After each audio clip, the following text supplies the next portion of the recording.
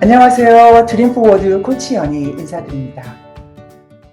저의 26년간의 마음공부 영적 수행의 자취 시리즈 오늘 6번째 시간입니다. 마음공부 열심히 하고 계시죠? 열심히 해서 삶에서 일어나는 일들도 좀 더 잘 풀리고 마음의 평화의 행복도 빨리 찾고 싶으시죠?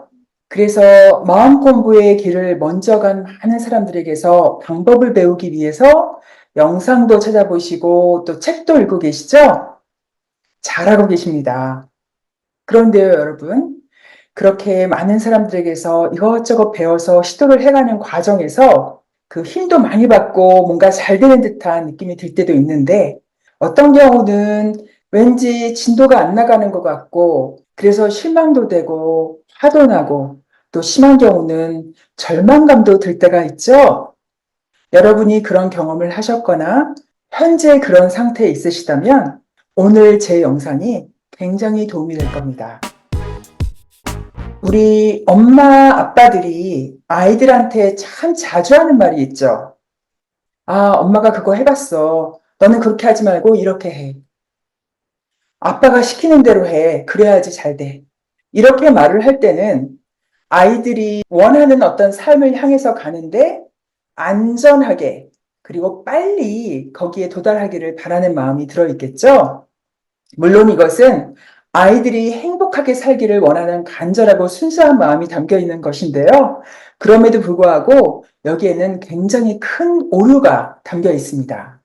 엄마 아빠가 생각하는 어떤 목표를 정해놓고 거기에 너무 집착을 한 나머지 여기에 가기 위해서 가는 과정 하나하나 그 과정이 어떻게 보이건 그 하나하나가 진정한 행복한 삶을 위해서 꼭 필요한 조건, 필수 조건이라는 것을 잊어버리는 거예요.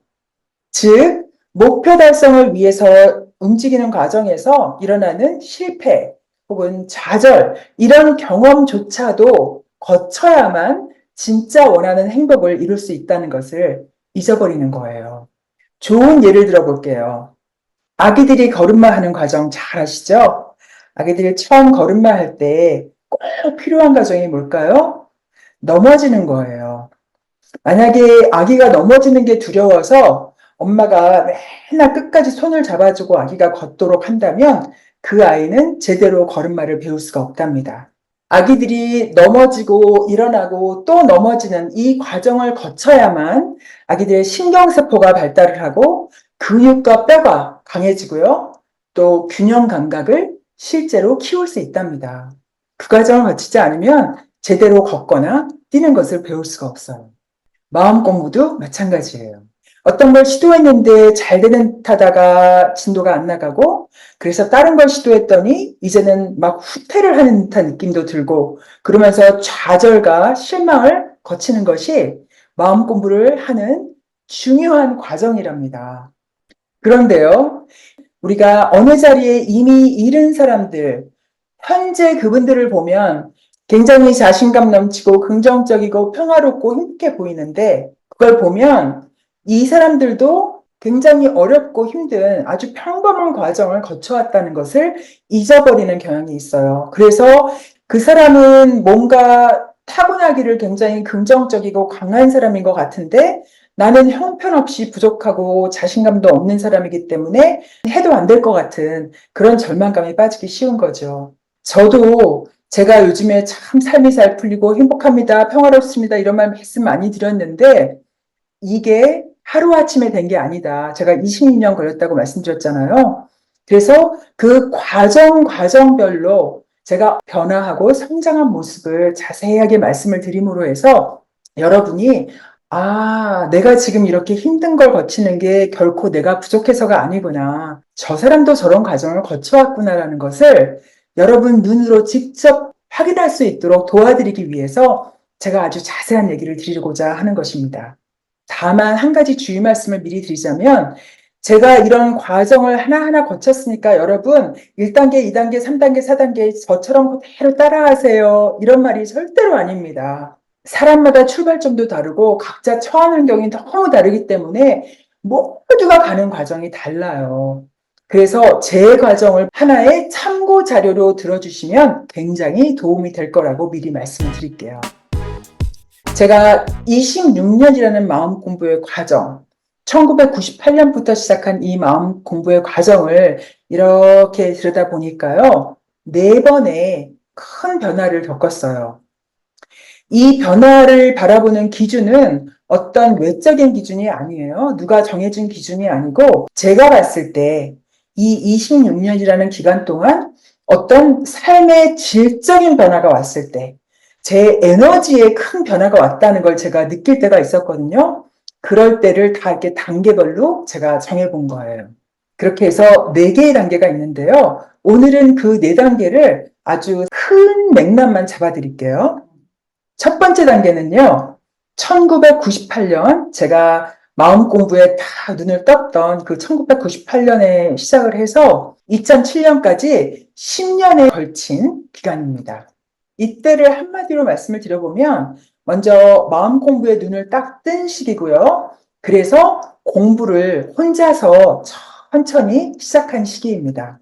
이때만 해도 마음 공부를 할 수 있는 그 자료가 요즘처럼 그렇게 흔하지가 않았어요. 그래서 공부 과정이 굉장히 천천히 느리게 갔어요.